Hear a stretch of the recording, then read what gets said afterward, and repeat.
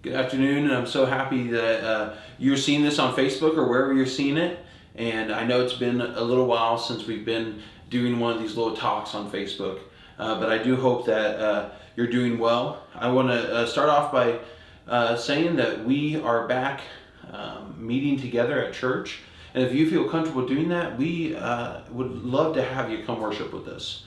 We are taking every precaution to try to make sure it's a safe place, a safe environment for us to worship God together.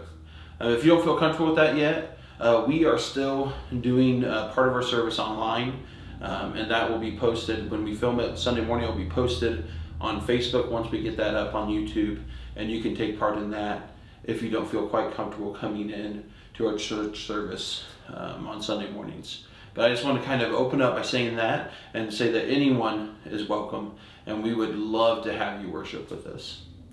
Today I want to talk a little bit about something that's kind of going on in the world today. I don't really want to get into specifics, but I want to kind of talk about a little bit of the division and the frustration and anger and hurt and the different things that are really kind of weighing on people right now. And I want to talk about this because I think almost everyone in our culture right now is being affected by some of this. Whatever the divide might be between you and other people, whatever the pain might be or the hurt or frustration, there's so many things that people are struggling with right now.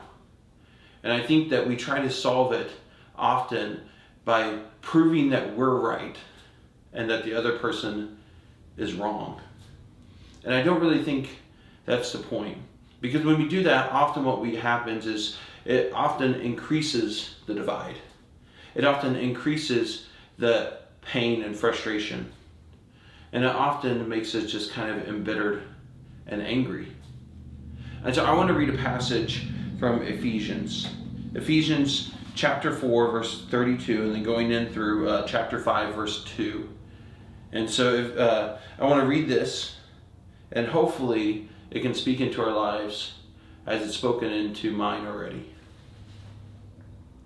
Starting in verse 4, it says, "Be kind to one another, tender-hearted, forgiving one another, as God in Christ forgave you.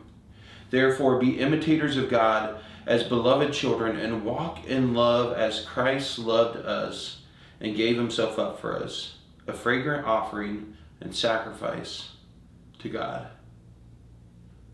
I think this passage is very relevant to us today. I think this passage is very relevant because as Christians, what we need to do is be imitators of God in the way of love. And we do that not by proving that we know better, not by proving that we're right, but we do that through kindness and compassion and forgiveness and showing Christ's love to others. And so as we're going about through our daily lives, we may be tempted to try to get people to think like us or get people to be like us in our mindset. But really what we should be doing is just being kind and compassionate to everyone. Be kind and compassionate to everyone no matter what. And our ultimate goal, as we've kind of talked about in our sermons, our ultimate goal is that one day everyone will come to know God just like we know God. And one day everyone will come to have a relationship with him. But we don't do that by arguing and fighting.